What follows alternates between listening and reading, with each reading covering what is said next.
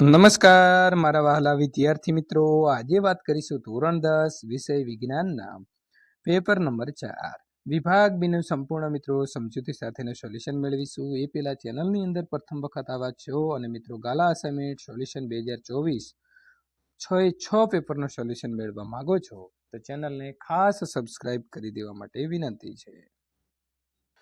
તો વિદ્યાર્થી મિત્રો, આપણે પેપર નંબર 4 વિભાગ બીનું સોલ્યુશન જોઈશું। પ્રશ્નક્રમ નંબર 25 થી 37 કોઈ પણ તમે મિત્રો 9 પ્રશ્નોના જવાબ 40 થી 50 શબ્દોની અંદર આપવાના રહેશે અને દરેકના 2 ગુણ રહેશે।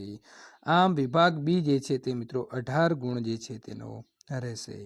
પ્રશ્ન નંબર 25, રોજિંદા જીવનમાં જોવા મળતી રાસાયણિક પ્રક્રિયાના ઉદાહરણ આપો।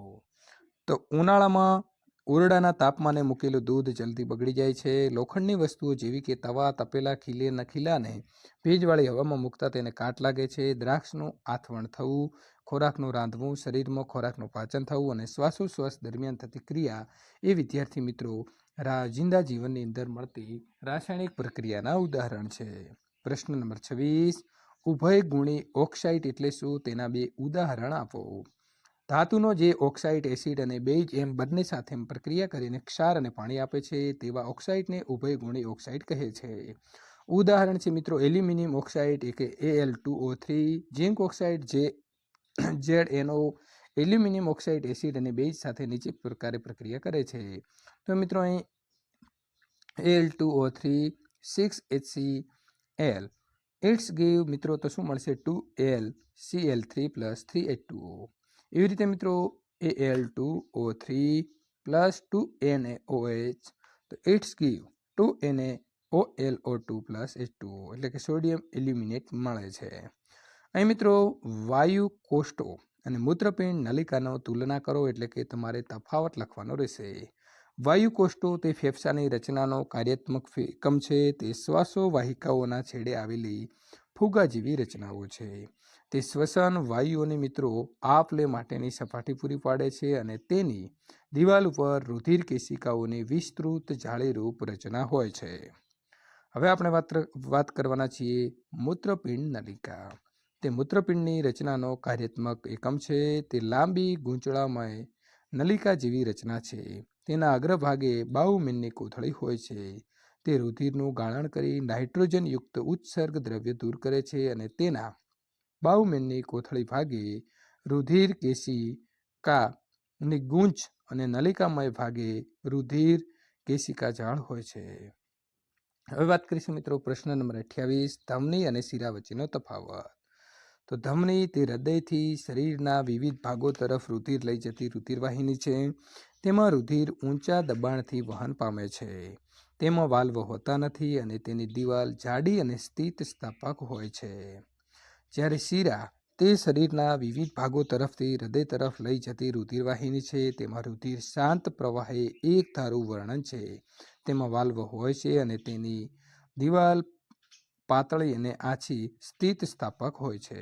પ્રશ્ન નંબર મિત્રો 29, પરાગનયનની ક્રિયા એ કલનની ક્રિયાથી કેવી રીતે ભિન્ન છે? પરાગનયન એ પુંકેસરના પરાગાશયથી સ્ત્રી કેસરના પરાગાશય સુધી પરાગરજના સ્થળાંતરની ક્રિયા છે।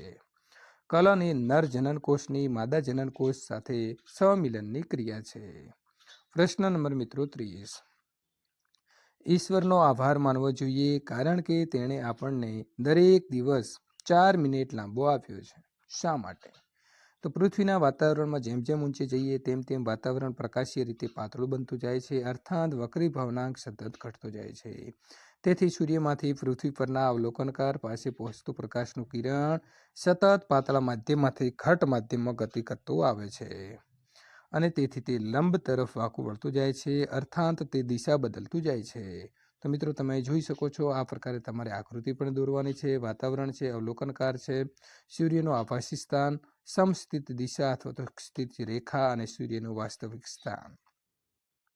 કોઈ સ્થળે સૂર્ય ખરેખર સ્થિત પર આવે ત્યારે તે ખરેખર ઉગ્યો ક્યાંથી કહેવાય? આકૃતિમાં સ્થિતિની થોડે નીચે મિત્રો તરફનું S1 એ સૂર્યનું વાસ્તવિક સ્થાન છે। આ કિસ્સામાં સૂર્ય સ્થિતિથી નીચે હોય ત્યારે આકૃતિમાં દર્શાવ્યા અનુસાર માંથી નીકળતા કિરણો પૃથ્વીના વાતાવરણમાં સતત વક્રીભવન પામતા વાતાવરણીય વક્રીભવન આકૃતિમાં દર્શાવેલા અવલોકનકારના સ્થાને પહોંચે છે હવે અવલોકનકાર પાસે આ કિરણના વક્ર માર્ગને દોરેલો સ્પર્શક સ્થિજની ઉપર S2 માંથી પસાર થાય છે. S2 એ સૂર્યનું આભાસી સ્થાન છે અને આના પરથી જોઈ શકાય છે કે ઉગતો સૂર્ય સ્થિજથી થોડે નીચે હોય ત્યારથી જ તે ઉગી ગયેલો દેખાય છે અને સૂર્યાસ્ત વખતે આથમતો સૂર્ય આથમી ગયા બાદ પણ થોડી વાર દેખાય છે. હવાનો વક્રી ભાવનાંક મિત્રો 1.0029 લઈને સૂર્યના સ્થાનમાં મળતી કોણીય શિફ્ટ ગણી શકાય છે. આ શિફ્ટનું મૂલ્ય લગભગ મિત્રો 1/3 અંશ જેટલું હોય છે. હવે સૂર્યની 180 અંશ શિફ્ટ સ્થળાંતર માટેનો સમય 12 કલાક છે, તો સૂર્યની અડધા અંશની શિફ્ટ સ્થળાંતર માટેનો સમય કેટલો? તો મિત્રો 1/3 ગુણ્યા 12 કલાક ભાગ્યા 180 જો કરીએ તો જવાબ શું આવશે? 0.03333 કલાક, એટલે કે મિત્રો 1.9998 મિનિટ, એટલે શું થશે? 2 મિનિટ જેટલો સમય થાય છે. તો વહેલો સૂર્યોદય અને મોડા સૂર્યાસ્તનો અહેસાસ થવાના કારણે દરેક દિવસ 4 મિનિટ આપણને શું દેખાય છે મિત્રો? લાંબો દેખાય છે. પ્રશ્ન નંબર 31. 20 અવરોધ ધરાવતી વિદ્યુત ઇસ્ત્રી 5 એમ્પિયર વિદ્યુત પ્રવાહ ખેંચે છે, તો 30 સેકન્ડમાં ઉત્પન્ન થતી ઉષ્મા ગણો. અહીં 5 એમ્પિયર આપ્યા છે, તો આર બરાબર શું આપ્યું છે? તો મિત્રો 20 અવરોધ આપ્યા છે અને ટી, તો ટી બરાબર ટાઈમ કેટલો આપ્યો છે? 30 સેકન્ડ આપ્યો છે. ઉત્પન્ન થતી ઉષ્મા શોધવા માટે H બરાબર L² RT. તો મિત્રો અહીં આપણને L બરાબર કેટલા આપ્યા છે? તો 5 આપ્યા છે, તો આપણે 5નો વર્ગ કરીશું ગુણ્યા અહીં આપણને આર બરાબર કેટલા આપ્યા છે? તો 20, તો 20 ગુણ્યા ટી બરાબર કેટલા આપ્યા છે? તો 30, તો 5નો વર્ગ 25 ગુણ્યા 20 ગુણ્યા 30, તો કેટલો જવાબ હશે મિત્રો? 15,000 જૂલ આવશે. તો 15 કે જે છે તે મિત્રો થશે. વિદ્યુત પાવર એટલે શું તેનું સૂત્ર લખો. પાવર એટલે કાર્ય કરવાનો સમય દર. જ્યારે કાર્ય થાય છે ત્યારે તેટલા જ મૂલ્યની વિદ્યુત ઉર્જા વપરાય છે. તેથી જે દરે વિદ્યુત ઉર્જા વપરાય ખર્ચાય તેને વિદ્યુત પાવર કહે છે. તેનું સૂત્ર મિત્રો છે P બરાબર W/T. પ્રશ્ન નંબર 33. બે ચુંબકીય ક્ષેત્ર રેખાઓ એકબીજાને કેમ છેદતી નથી? તો આપેલે બિંદુએ ચુંબકીય ક્ષેત્ર બીની દિશા તે બિંદુએ ચુંબકીય ક્ષેત્ર રેખાનો સ્પર્શક દોરીને મેળવી શકાય છે. જો બે ચુંબકીય ક્ષેત્ર રેખાઓ એકબીજાને છેદે તો તેનો અર્થ એ થાય છે કે છેદન બિંદુ પાસે ચુંબકીય ક્ષેત્રની બે દિશાઓ હોય છે, જે ખરેખર વિદ્યાર્થી મિત્રો શક્ય નથી, કારણ કે ચુંબકીય ક્ષેત્ર એ અવકાશમાં આપેલા બિંદુએ સદ્ધિ રાશિ છે, તેથી તેની માત્ર એક જ દિશા હોઈ શકે છે, અથવા તો આપેલા બિંદુએ ધ્રુવ ઉત્તર દક્ષિણ પર લાગતું પરિણામી બળ માત્ર એક જ દિશામાં હોઈ શકે છે. પ્રશ્ન નંબર મિત્રો 34. જૈવિક વિશાલન ઘટના વર્ણવો. તો સજીવો તેમની આહાર ખોરાકની જરૂરિયાત માટે એકબીજા ઉપર આધારિત રહી આહાર શૃંખલાની રચના કરે છે. વિદ્યાર્થી મિત્રો અહીં રચના કરી દેજો આગળ રચના.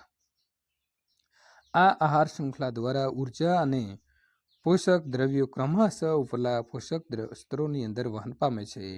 જો નિવસન તંત્રના જૈવ ઘટકોમાં કોઈ જૈવ અવિઘટનીય પદાર્થ પ્રવેશ કરે તો ઉપરલા પોષક સ્તરે તેની સાંદ્રતામાં ક્રમશઃ વધારો થતો રહે છે.